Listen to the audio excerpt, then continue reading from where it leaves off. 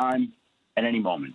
So if all of a sudden we heard that they hired Deion Sanders at the end of the week, would that be shocking? No, because it's Jerry's team and Jerry gets to do what he wants. But I think the candidates that we laid out are the logical group of people that they've spoken to: Robert Saleh, Leslie Frazier, Kellen Moore. Those are the ones they've interviewed. They could always go to Jason Witten or Anthony Lynn or Deion Sanders, and we'll see where this takes them. Considering the fact that Brian Schottenheimer interviewed yesterday, their current offensive coordinator, I think I am going to be shocked if Deion would get that job, because everybody that they're interviewing would indicate that Jerry Jones just wants to coach the team. Jerry wants to coach? Not actually, but figuratively. Brian Schottenheimer. No, I'm serious. No, I mean, it's getting ridiculous. Give him the whistle. The candidates that he's interviewing, I mean, what are we doing here? I'm not saying these aren't good football coaches, but Brian Schottenheimer, Kellen Moore, Anthony Lynn, and Leslie Frazier is your candidate pool right now? What does that indicate? That Jerry wants to run it and he wants Jason Witten on the staff.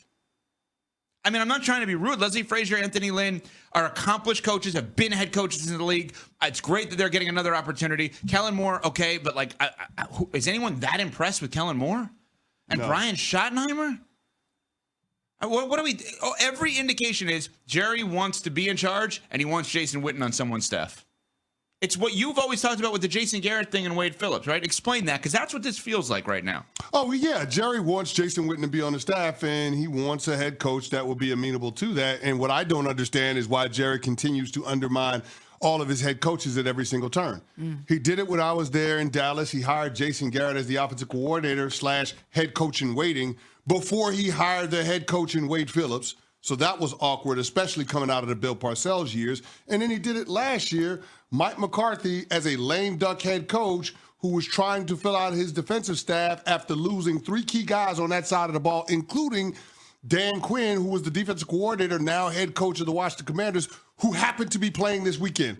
They didn't have an opportunity to fill those vacancies on the coaching staff on the defensive side of the ball with the best and brightest minds because you had a head coach on a 1-year deal. So if you're if you're an assistant coach around the NFL, you're not going to sign up to be on the staff of Mike McCarthy knowing that he could be gone after a year, because you're going to be, in fact, looking for another job. So it doesn't make sense to me that he continues the same pattern of behavior with undermining his head coaches.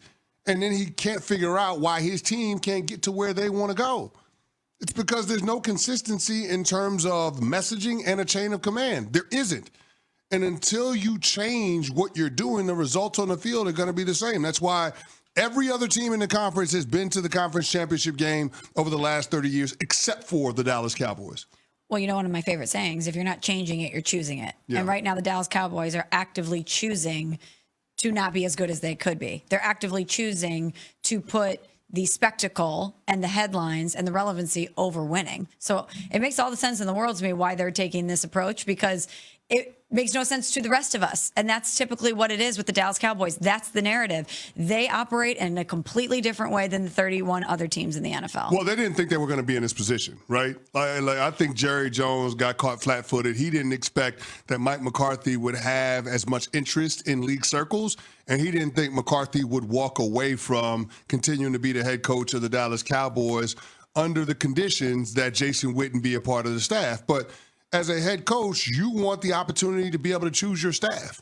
And Mike McCarthy said, to hell with this. Rather than staying here, I'd rather be a coaching free agent and see what else is out there rather than be saddled with somebody that I don't necessarily want or need on my coaching staff, especially knowing how Jerry is tight when it comes to wanting to pay coaches, right? Remember that Mike McCarthy had to shrink his staff to some degree during his tenure in Dallas. So why would I want to continue to stay and be your head coach under those circumstances? You wouldn't, which is why McCarthy walked.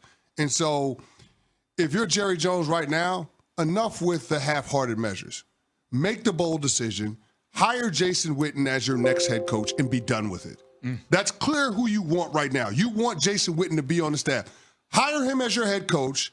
See if Brian Schottenheimer will be your offensive coordinator. Hire Leslie Frazier as your defensive coordinator. Flank Jason Witten with as many former head coaches as you possibly can. Yeah, Anthony Lynn, who's been experienced in that organization, was the running backs coach when I was there under Parcells. Yeah, hire all of them? Just hire all of them. Hire all of these guys that have head coaching experience as his coordinators, assistant coaches, so on and so forth, and let Jason Witten be your guy. At least then you have a chain of command. At least then players, coaches, everybody in the organization knows the full support of the owner is behind the guy that has the title of head coach. That's what the dynamic should be in Dallas moving forward. Whether you agree with it or not, whether you got an issue with Jason Witten skipping steps or not, that's what the Dallas Cowboys want to do, and that's what Jerry Jones' next move should be. All right. The Prepper call line at 888-SAY-ESPN, 888-729-3776. ESPN Nation is presented by Dr. Pepper. It's not college football season without the delicious taste of an ice cold Dr. Pepper. College football, it's a pepper thing. Welcome to all those watching on ESPN2, all of our great ESPN radio stations across the country. Sirius XM 80, the ESPN app. We are presented by Progressive Insurance. Along with Michelle Smallman, Chris Canty, I'm Evan Cohen. Good morning, everybody.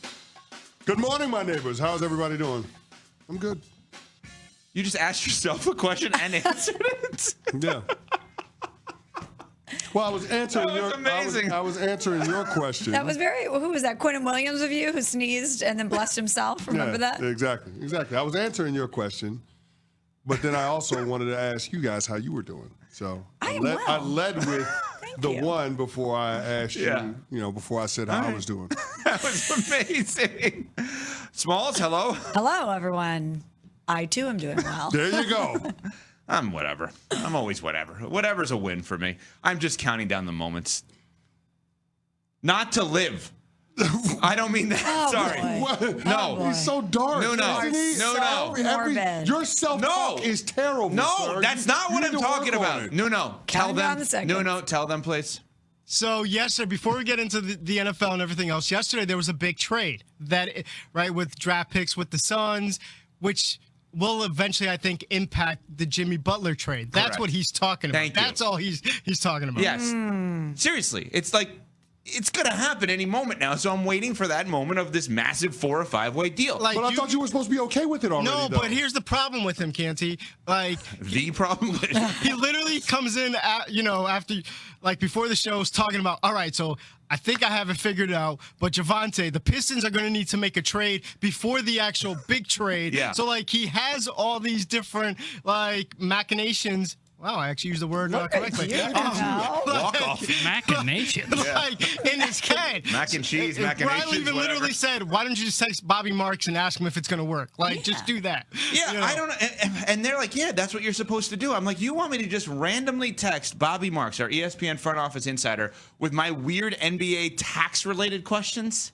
I don't think that's appropriate to do. But they would, may rest in peace. He was great at that. He would hear something on the radio. He would call in and be like, hey, can you have, tell the guys or whoever would be on air, hey, no, this won't work because of this or that.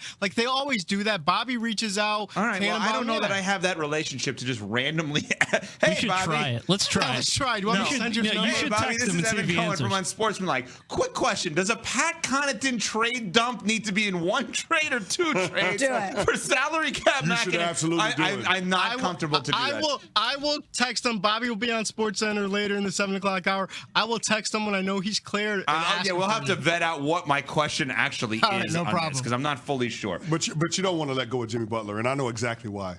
Why? But because I do love Jimmy Butler. I know, and you don't want to let him go. Because if you do let him go, you have to acknowledge that heat culture is dead. Oh, yeah, that's right. You know how it's good- officially dead. That's Do you right. know how good these young guys Heat are? culture is dead.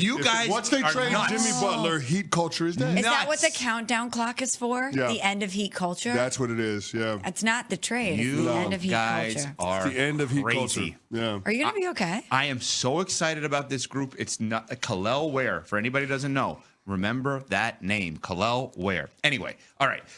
We have Khalil Ware going to take you to 2 NBA Finals in 4 years? well, I don't know. He's pretty damn good. I'm just asking you a question. You picking the Suns to win the title this I'm year? not. I'm just asking you a question. No. I'm asking you a question. No, Okay. he's not. Okay. And I wish this would have worked out. You Well, guys know that. That's why you're sad about I have Jimmy, never the said anything inevitability bad of about Jimmy Jimmy. Butler not being a Miami Heat player for much longer. I would He's like got a the couple of trade weeks. to happen. That's all I'm saying. He's got a couple of weeks. Let's It'll talk be done. about the coaching carousel. There's a lot of updates. Of course, you want to talk about something else. Sensitive Well, anything subject. else. Talk about something else. Sensitive. Anything else other than Miami Heat. Talk about it. No, I would love to talk about the Heat. I don't think the audience wants to hear much more of the Miami Heat stuff. Coaching carousel had some big moves yesterday. Kevin O'Connell with the Vikings gets the contract extension, as Schefter reported right off the bat. And I think we all knew that this was a possibility. Once the reports came out that teams were inquiring about trading for him, that the Vikings were not going to let him out the door. And they did not do that. The Jets interviewed Aaron Glenn yesterday. He's not the coach yet. Yeah. There are many people out there that are saying, don't worry about that. It's still like front runner for the job. But I mean, I would worry about that if I'm a Jets fan. Well, apparently the Jets organization is confident that they're going to land a plane, pun intended, because they're reaching out to all of the other candidates, both as head coaches and general managers, and saying that they're going to go in a different direction. Presumably that they're going to go with the package deal that is Aaron Glenn and Lance Newmark, the AGM for the Washington Commanders, who previously was with the Detroit Lions, and they had some overlap there the last couple of years. So it feels like an inevitability. AG started his NFL career there, was drafted there, started his coaching career there, scouting, all of those things. So it makes sense. And when you hear about former Jets players reaching out to both AG and reaching out to the New York Jets saying that this should happen, it feels like there's so much momentum behind Aaron Glenn right now becoming the next head coach of the Jets that I would be floored if it's somebody else. But if that was the case, shouldn't they have not let him leave the building yesterday without having it signed, sealed, delivered? Well, it ain't like he can go interview with the New Orleans Saints right now because of the weather situation. Like, they're having to push back all of their scheduled interviews, so they've got a little more time. But it feels like this is a done deal. It's just working out the minutia of the contract, and then also AG being able to put together his staff. And we've heard grumblings of how he